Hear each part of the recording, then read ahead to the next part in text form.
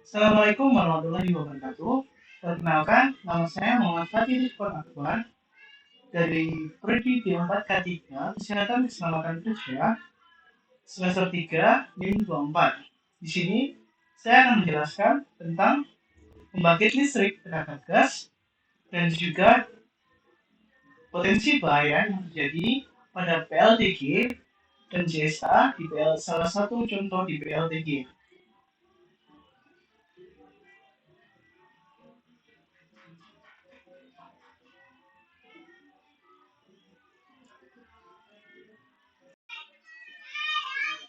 Apa sih PLTG itu? PLTG ialah pembangkit listrik tenaga gas. Salah satu mesin yang mengubah energi sama seperti turbin air yang mengubah energi potensial air berdasarkan perbedaan ketinggian. Turbin uap yang mengubah energi uap dengan mengurangi entalpi.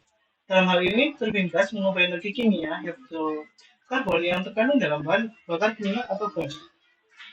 Kemudian, secara PLTG sendiri masih berkaitan dengan siklus dasar turbin uap atau disebut dengan siklus Brayton.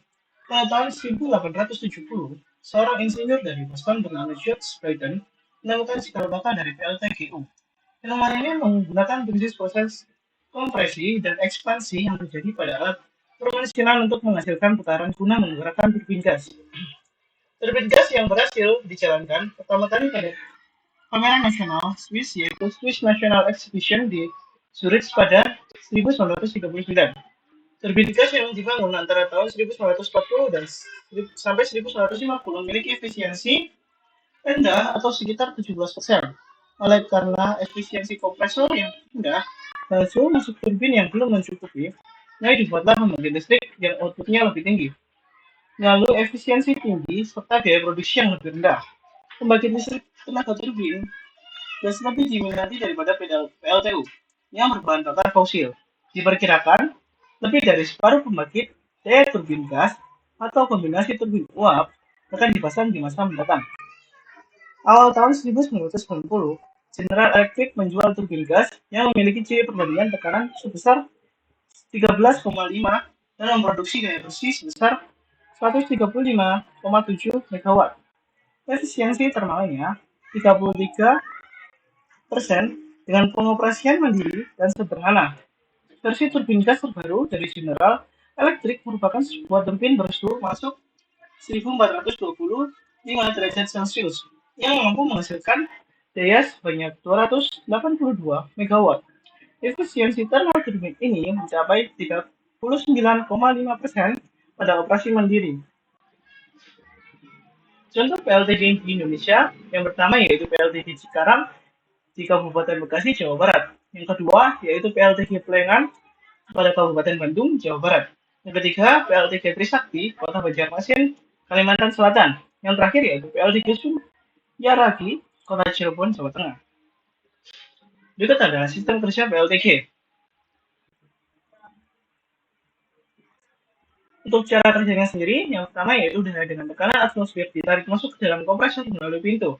Kemudian udara ditekan masuk ke dalam kompresor. Kompresi tropik di kompresor. Udara yang terfilter masuk ke dalam kompresor untuk dinaikkan tekanannya di mana terjadi peningkatan suhu dan tekanan. Proses ini disebut dengan proses kompresi.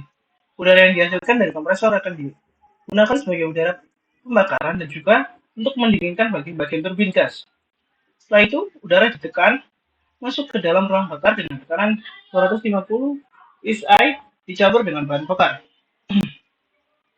Yang kedua, yaitu penambahan panas tekanan tetap atau constant pressure head addition. Setelah dikompresi, udara tersebut dialirkan ke ruang bakar, di mana udara bertekanan ini dicampur dengan bahan bakar dan dibakar dalam ruang bakar dengan temperatur 2000 sampai 3000 Fahrenheit.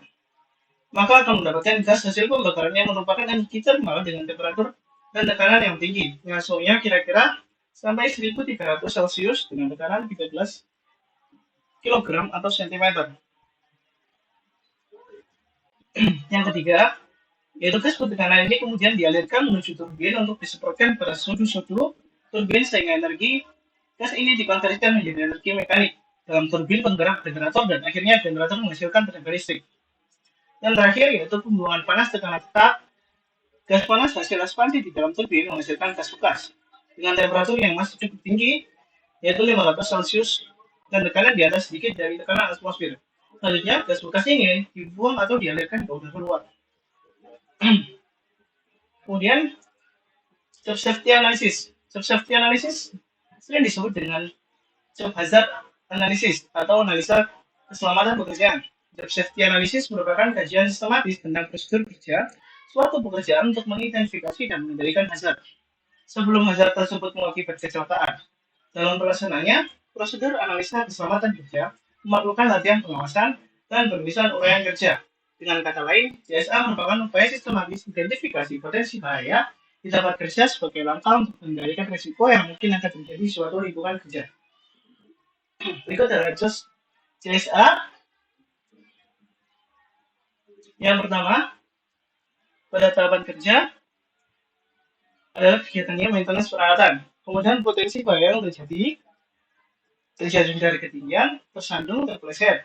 Upaya pengendaliannya yaitu menggunakan metode yang sesuai. Yang kedua, mematuhi undang-undang dan rambu-rambu larangan yang berada pada area PLTG. Penanggung jawabnya yaitu ASN Departemen dan Engineering. Yang kedua, pengoperasian turbin. Potensi bahaya yang terjadi yaitu jatuh dari ketinggian, tersengat listrik, tersandung, dan terpeleset. Upaya pengendaliannya yaitu menggunakan APD yang sesuai. Yang kedua, memastikan sistem atau listrik tidak mengalami kerusakan. Yang ketiga, mematuhi aturan regulasi perusahaan. Penanggung jawabnya itu ASN Departemen dan Engineering. Yang ketiga, pengoperasian ruang kebakaran. Yang pertama, peledakan.